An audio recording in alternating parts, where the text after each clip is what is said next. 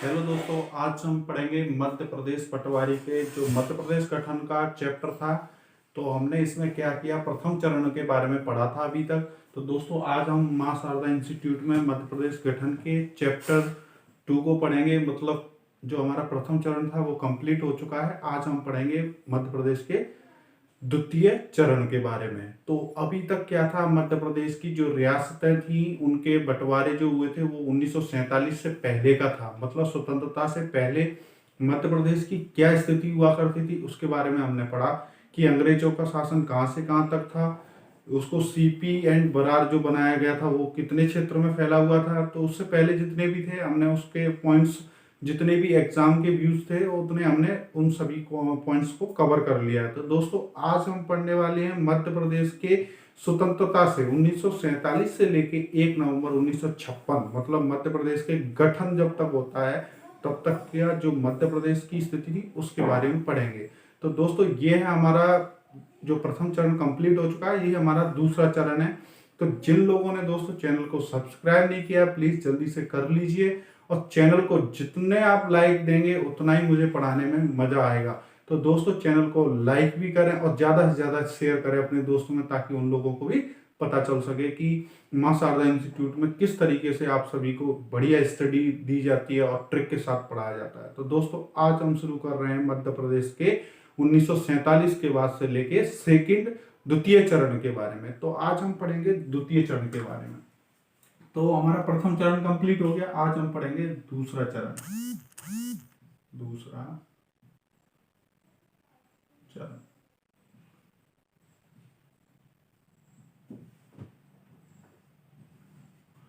तो दोस्तों दूसरे चरण में क्या होगा, अब मध्य प्रदेश स्वतंत्रता के बाद क्या होता है, इसको मुख्यतः क्या कर दिया जाता है, 4 भागों में इसको बांट दिया जाता है। भाग तो इसके बनाते हैं 3 ही, लेकिन इसको क्या कर देते हैं 4 में, मतलब एक भोपाल रियासत को अलग कर दिया जाता है। तो हम इसको पढ़ेंगे 3 भागों में ही पढ़ेंगे, पार्ट ए, पार्ट बी और पार्ट सी के तौर पर। तो सबसे पहले मैं मध्य प्रदेश का आपको एक नक्शा बना के बता देता हूं कि किस किस भाग को क्या बताया गया है।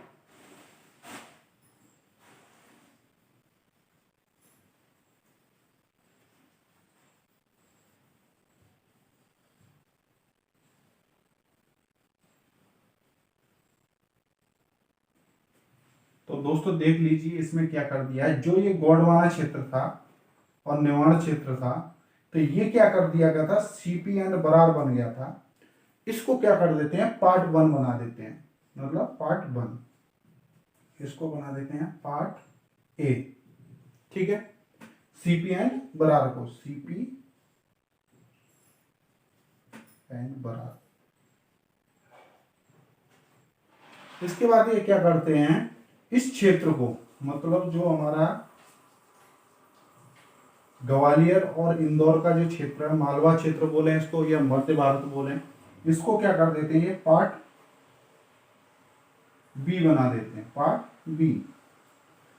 इसके बाद क्या होता है, हमारा एक भोपाल है, यहाँ पे भोपाल रियासत होती थी, इसको क्या कर देते हैं, ये अभी तक ये स्वतंत्र ही रहती है रियासत, इसका कहीं विलय नहीं होता है, इसलिए इसको क्या पार्ट के अंदर तो ले जाएंगे सी के अंदर, लेकिन इस रियासत को अलग से ही रखा जाता है। तो ये क्या है, विंध्यान प्रदेश, मतलब जो अपना बुंदेलखंड का क्षेत्र था, बघेलखंड वाला क्षेत्र था, उसको क्या है, विंध्यान प्रदेश। तो ये क्या हो जाता है, पार्ट सी के अंदर।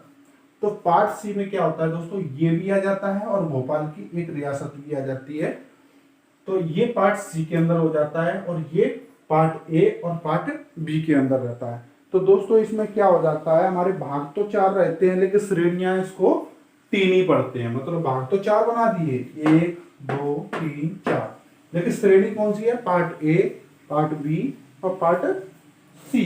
तो 3 श्रेणी हो गई और भाग कितने हो जाते हैं, 4 हो जाते हैं। तो सीपी एंड बरार जो है इसमें कितनी रियासतें रहेंगी, तो इसमें रियासतें रहेंगी टोटल 15 रियासत। तो इसके अंदर हमारी रहेंगी 15 रियासत, 15 रियासत, रियासत।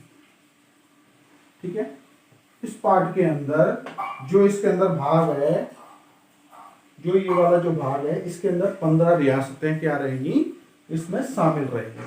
तो दोस्तों ये 15 जो रियासतें हैं ये हो गई, प्लस इसमें रहेगा छत्तीसगढ़।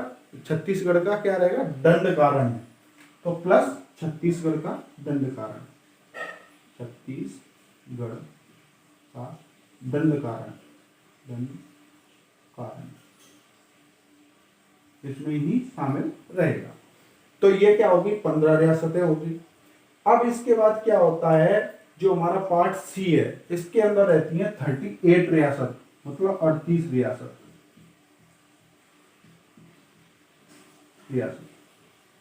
ठीक है। और प्लस एक ये भोपाल वाली, प्लस एक भोपाल, भोपाल रियासत हो जाती है। तो दोस्तों ये 38 और एक भोपाल की रियासत हो जाती है। इसके बाद 25 रियासतें कौन सी मिल जाती हैं इसमें आके, जो ये मालवा या मध्य प्रदेश, मध्य भारत मैंने बताया था, इसमें आ जाती है आपकी 25 रियासत।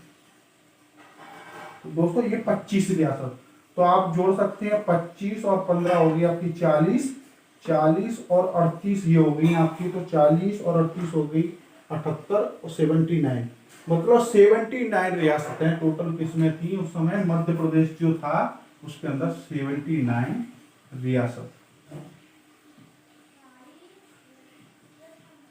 थी। तो दोस्तों ये भी याद रखना कि टोटल उस समय रियासतें कितनी थी, जब मध्य प्रदेश को स्वतंत्रता के बाद मध्य प्रदेश बना था तो 79 रियासत थी। इसमें हम पढ़ सकते हैं पार्ट जो हमारा वन था ये था गोंडवाना क्षेत्र, और ये अपना निमाड़ क्षेत्र, महाराष्ट्र के कुछ भाग थे छत्तीसगढ़ के, और हमारे बरार क्षेत्र था हैदराबाद वाला। तो ये सीपी एंड जो बरार वाला क्षेत्र था इसमें थी 15 रियासतें, प्लस इसके अंदर छत्तीसगढ़ का क्या था, दंडकारण्य था, टोटल 15 रियासत होगी।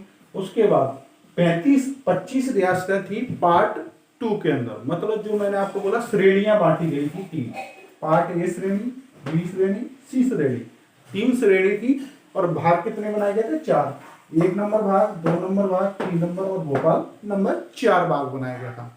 तो दोस्तों ये 4 जो भाग बनाए गए थे, श्रेणियां रखी गई थी 3, तो इनमें रियासतें टोटल थी 79 रियासत, पार्ट बी के अंदर थी 25 रियासत, और पार्ट सी के अंदर थी 38 रियासत, और एक प्लस भोपाल की रियासत।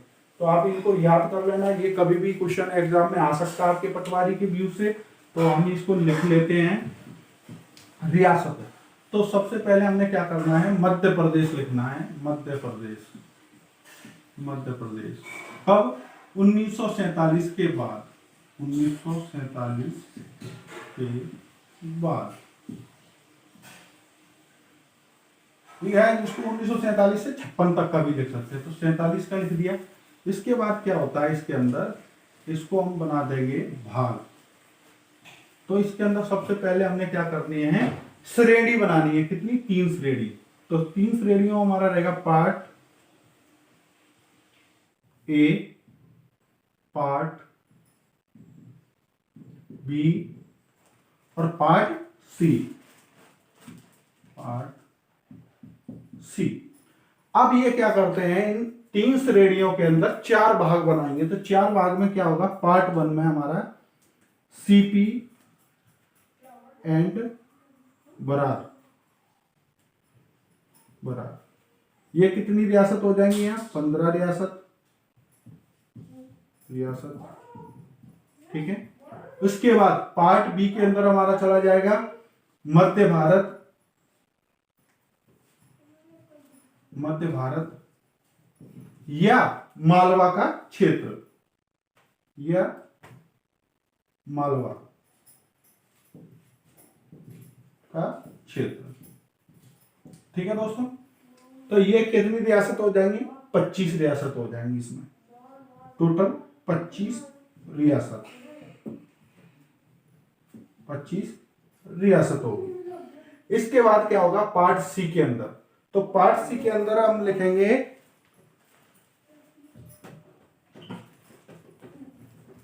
पार्ट सी के अंदर आएगा विंध्य प्रदेश, विंध्य प्रदेश। तो विंध्य प्रदेश में कितनी रियासतें आ जाएंगी, यहां आ जाएंगी 38 रियासत, 38 रियासत।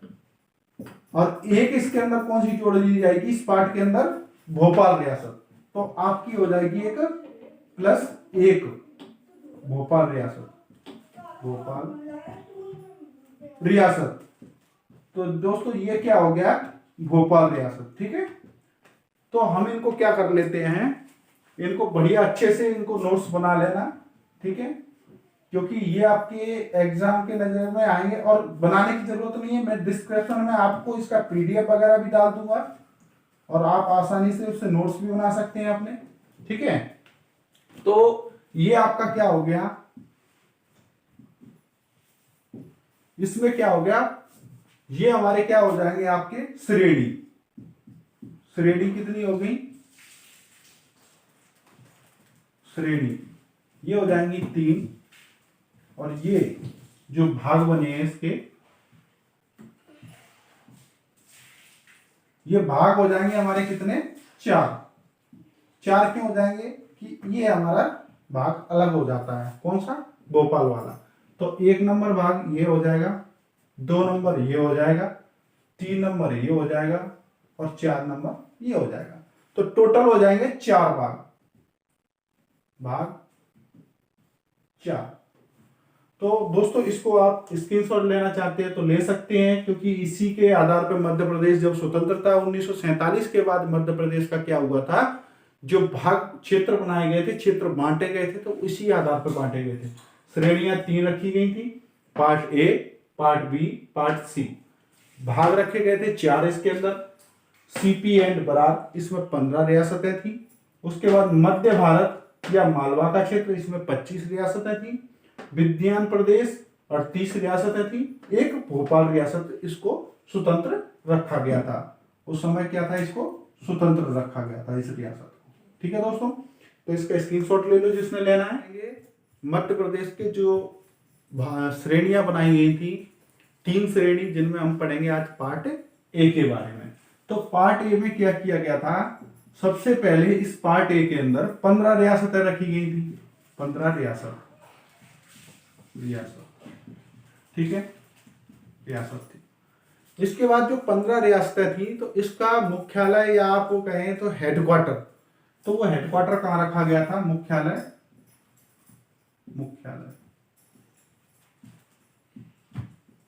नागपुर के अंदर। मैं आपसे शुरू से ही बताता आ रहा हूं कि जो हमारा सीपी एंड बरार था, इसका हमेशा कहां रखा गया था, हेडक्वार्टर नागपुर के अंदर। ठीक है, नागपुर। ठीक है, नागपुर के अंदर क्या रखा गया था, मुख्यालय। जो हमारा सीपी एंड बरार जो क्षेत्र था, पार्ट ए वाला, इसका हेडक्वार्टर कहां रखा गया था, नागपुर रखा गया था। किसका, सीपी एंड बरार का, सीपी एंड बरार का। ठीक है, सीपी एंड बरार का। अब यहां का क्या होता है, सबसे पहले इसकी स्थापना कब की जाती है, तो इसकी स्थापना की जाती है स्वतंत्रता के समय, मतलब 1947 के समय। स्थापना 1947। ठीक है, 1947 में क्या है, इसकी स्थापना हो जाती है। तो जब स्थापना इसकी हो जाती है, उस समय क्या होता है, इसमें रियासतें 15 होती है, और ये सीपी एंड जो बरार बनता है, तो ये दोस्तों बन जाता है कब, 1921 के अंदर। ये कब बनता है, 1921 के अंदर, पढ़ भी चुके हैं हम। और ये अधिनियम कौन सा लगता है, भारत शासन अधिनियम 1919 के तहत। ठीक है, इसको हम लिख भी सकते हैं। ठीक है, भारत शासन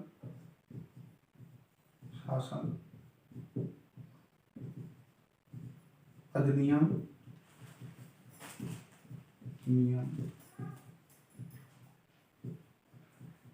1919। कभी भी दोस्तों गलती से भी आप इसको 1919 में सीपी एंड बरार का ये मत बना देना कि इसका गठन कब किया गया, 1919 लिखने, क्योंकि ये अधिनियम 1919 है। तो दोस्तों ये 1921 के अंदर क्या किया गया था, सीपी एंड बरार का गठन कर दिया था। लेकिन स्वतंत्रता के समय इसकी स्थापना 1947 के अंदर कर दी गई थी, और मुख्यालय इसका कहां रखा गया था, नागपुर के अंदर रखा गया था। अब यहाँ की क्या होती है, प्रथम राज्यपाल, या जो हम कहें तो गवर्नर, तो प्रथम गवर्नर या प्रथम राज्यपाल,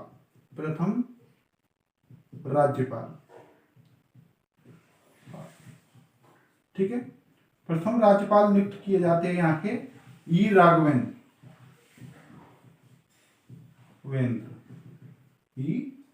राघवेंद्र। ठीक है, तो ई राघवेंद्र को क्या है यहाँ के प्रथम गवर्नर नियुक्त कर दिया जाता है या राज्यपाल का है। अब क्या होता है, जहां शासन राजा का नहीं होता है तो वहां पे गवर्नर और मुख्यमंत्री होते हैं। तो यहाँ पे क्या कर दिया जाता है, सबसे पहले मुख्यमंत्री प्रथम बनाए जाते हैं पंडित रविशंकर शुक्ल या शुक्ला, प्रथम मुख्यमंत्री। तो प्रथम मुख्यमंत्री बनते हैं यहाँ पे प्रथम मुख्यमंत्री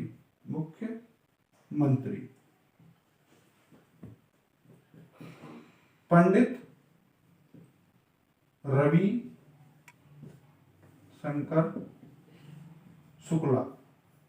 तो प्रथम जो मुख्यमंत्री यहाँ के बनाए जाते हैं वो होते हैं पंडित रविशंकर शुक्ला जी। ये क्या हो जाते हैं, यहाँ के मुख्यमंत्री बना दिए जाते हैं।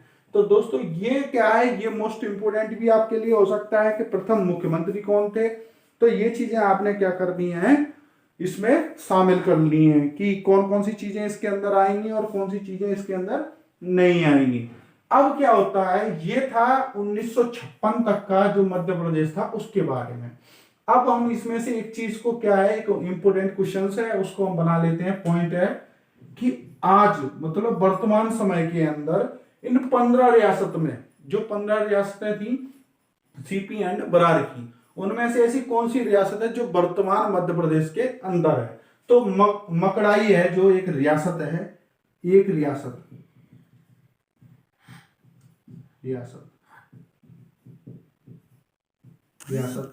मकड़ाई।